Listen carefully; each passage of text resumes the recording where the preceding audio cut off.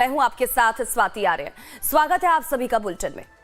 बस 2 दिनों बाद अमेरिका में राष्ट्रपति चुनाव है, जिसमें भारतीय वोटर्स की भी बड़ी भूमिका रहने वाली है।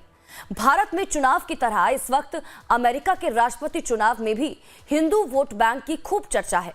हिंदू वोट बैंक किसके पक्ष में झुकेगा, इस पर रिपब्लिकन और साथ ही साथ डेमोक्रेट दोनों खेमा पूरा जोर लगा रहा है। लेकिन क्या हिंदू वोट बैंक एक मुश्त किसी एक तरफ गिरेगा या इसे समझना भूल भुलैया है, यह जानना बहुत दिलचस्प है। इसी पर हमारी एक खास रिपोर्ट आपको दिखाते हैं।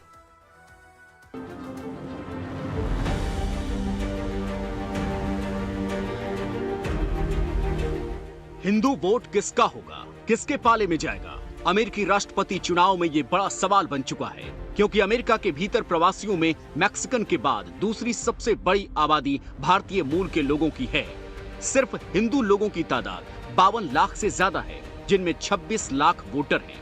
यह आंकड़ा बड़ा है और इसीलिए रिपब्लिकन या डेमोक्रेट सब हिंदू कार्ड खेलने में लगे हैं।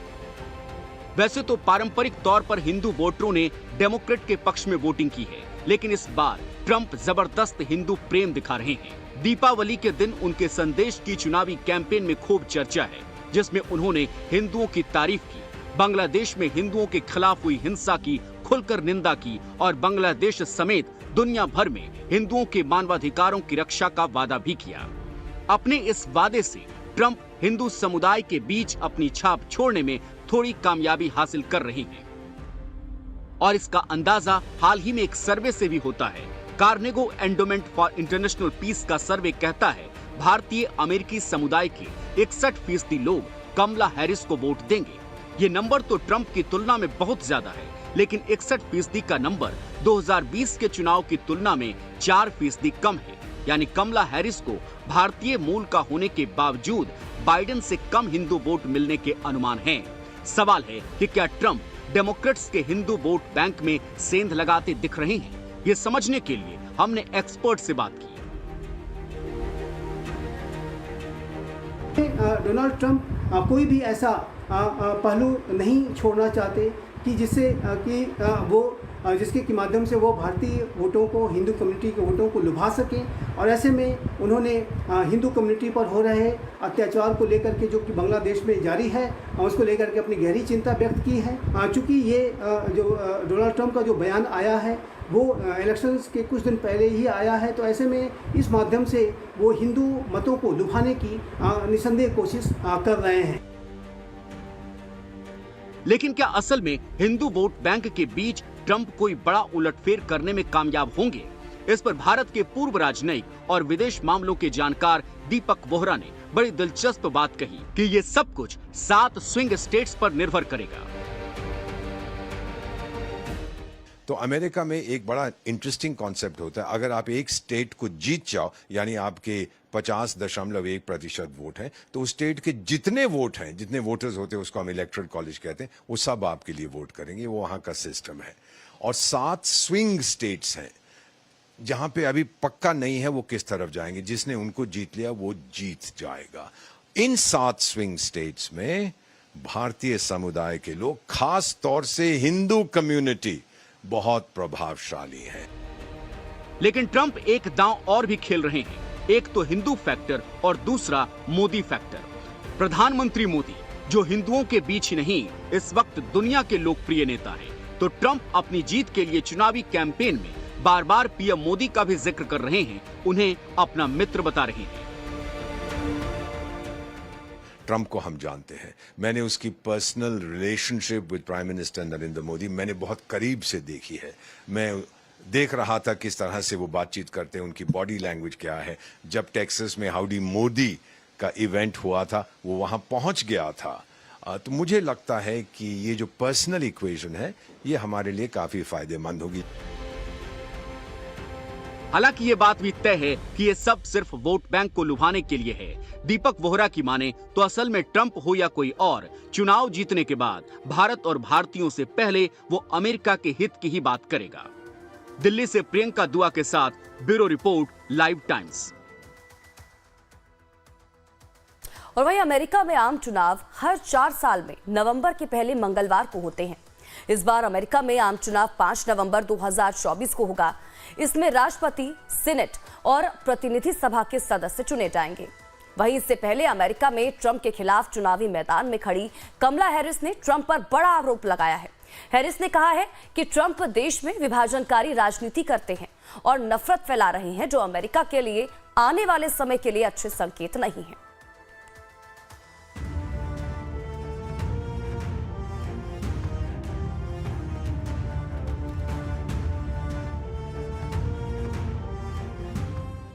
अमेरिका राष्ट्रपति चुनाव में आरोप प्रत्यारोप की राजनीति।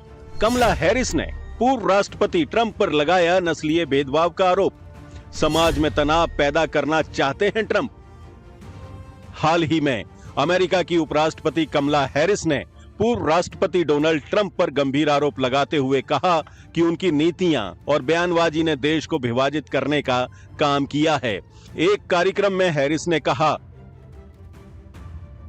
डोनाल्ड ट्रंप की राजनीति ने समाज में विभाजन और नफरत को बढ़ावा दिया है। ट्रंप के बार बार के झूठे आरोप और भड़काऊ बयान लोगों को एक दूसरे के खिलाफ खड़ा कर रहे हैं। ट्रंप की रैलियों में नस्लीय और जातीय भेदभाव को बढ़ावा दिया जा रहा है। ट्रंप के बयानों से समाज में तनाव और असमानता पैदा हुई है। हैरिस का ये बयान ऐसे समय आया है जब अमेरिका में जल्द ही राष्ट्रपति पद के चुनाव हैं और इस बार की चुनावी लड़ाई में सामाजिक एकता और सामूहिकता के मुद्दे महत्वपूर्ण हैं। वहीं कमला हैरिस ने कहा, ट्रंप के कार्यकाल के दौरान देश में आर्थिक असमानता और सामाजिक न्याय के मुद्दों को नजरअंदाज किया गया। जब ट्रंप राष्ट्रपति थे तब उन्होंने न केवल हमारी अर्थव्यवस्था को कमजोर किया बल्कि समाज में एकता को भी हानि पहुंचाई। ट्रंप के कार्यकाल के दौरान स्वास्थ्य सेवाओं की गुणवत्ता में गिरावट आई, जिससे कई अमेरिकियों को मुश्किलों का सामना करना पड़ा। हैरिस ने लोगों से अपील की है कि वे इस विभाजनकारी राजनीति के खिलाफ एकजुट हों। वहीं कमला हैरिस के बयान को लेकर डोनाल्ड ट्रंप का बयान भी सामने आया है। उन्होंने कमला हैरिस को जवाब देते हुए कहा, यह केवल डेमोक्रेट्स का एक और प्रयास है हमें विभाजित करने का। ट्रंप ने कहा, हम एक मजबूत और एकजुट अमेरिका के लिए काम कर रहे हैं। प्रशासन की नीतियों ने अमेरिका को आर्थिक और वैश्विक स्तर पर मजबूत बनाया था। वहीं ट्रंप ने यह भी आरोप लगाया कि हैरिस और उनका प्रशासन अपने कार्यकाल में समस्याओं को सुलझाने में विफल रहे हैं। बहरहाल अमेरिका में राष्ट्रपति चुनाव में आरोप प्रत्यारोप का दौर जारी है और तय ये भी माना जा रहा है कि सत्ताधारी पार्टी अगर ट्रंप को उनके मुद्दों पर हराने में कामयाब रहती है तो बेशक ये कमला हैरिस के लिए एक बड़ी जीत होगी। वहीं देखना यह भी है कि हैरिस और उनके सहयोगी इस मुद्दे पर कैसे आगे बढ़ते हैं। क्या वे ट्रंप की विभाजनकारी राजनीति का मुकाबला करने में सफल होंगे या ये मुद्दा चुनावी अभियान में केवल एक और चर्चा का विषय बनकर रह जाएगा। Bureau report, live times.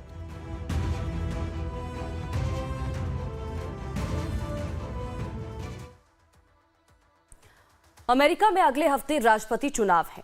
यहाँ के चुनाव में भारतीय अमेरिकी समुदाय काफी अहम भूमिका निभाते हैं। ऐसे में रिपब्लिकन उम्मीदवार डोनाल्ड ट्रंप और डेमोक्रेटिक उम्मीदवार कमला हैरिस दोनों ही अमेरिका में रह रहे भारतीय अमेरिकी समुदाय से समर्थन की उम्मीद लगाए हुए हैं। तो वहीं इस चुनाव में भारतीय मूल के अमेरिकी नागरिकों की भी आने वाले राष्ट्रपति से कुछ खास उम्मीदें हैं। क्या है वो उम्मीदें, समझाते हैं आपको।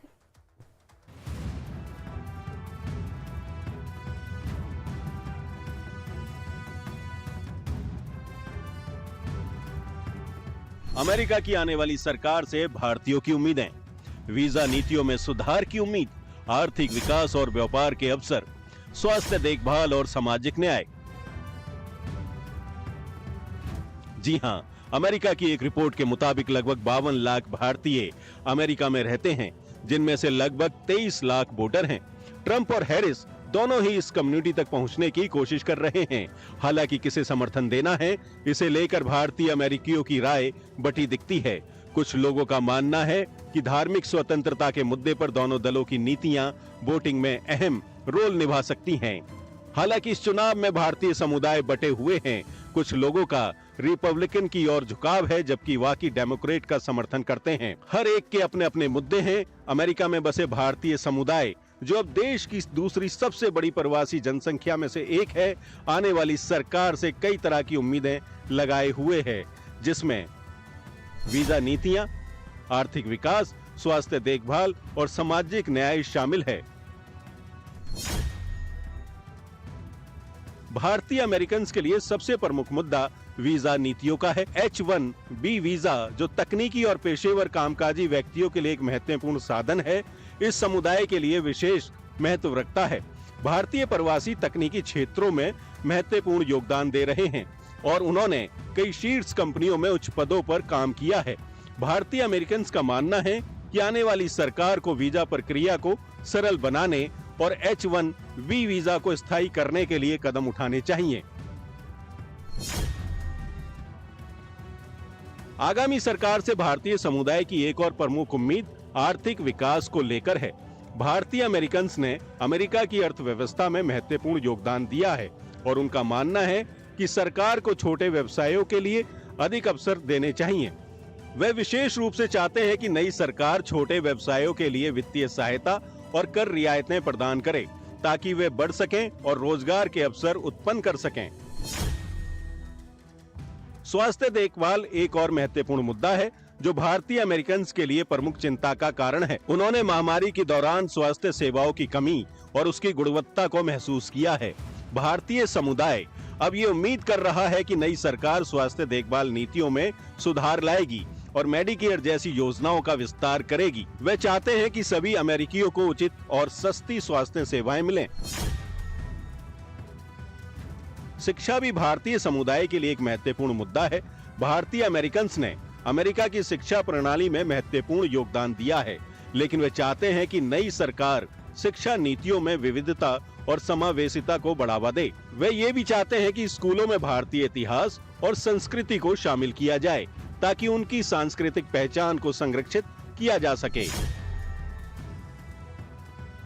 आने वाली सरकार से भारतीय अमेरिकन की एक और बड़ी उम्मीद ये है कि वे समावेशिता और विविधता को प्राथमिकता दें।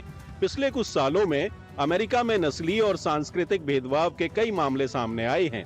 भारतीय समुदाय अब ये चाहता है कि नई सरकार सभी समुदायों के लिए समान अवसर सुनिश्चित करे और उनके अधिकारों की रक्षा करे।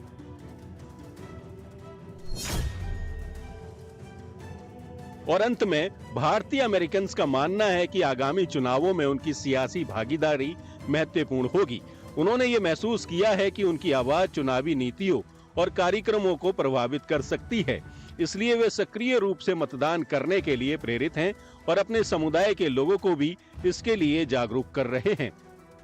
बहरहाल, अमेरिका में रह रहे भारतीय अमेरिकी इस बार के चुनाव में बढ़ चढ़कर हिस्सा लेने की बात कह रहे हैं और ऐसा इसलिए भी है क्योंकि अमेरिका में रह रहे भारतीय मूल के नागरिकों को ये उम्मीद है कि आने वाली सरकार में उनके अधिकारों की रक्षा होगी। Bureau report, live times.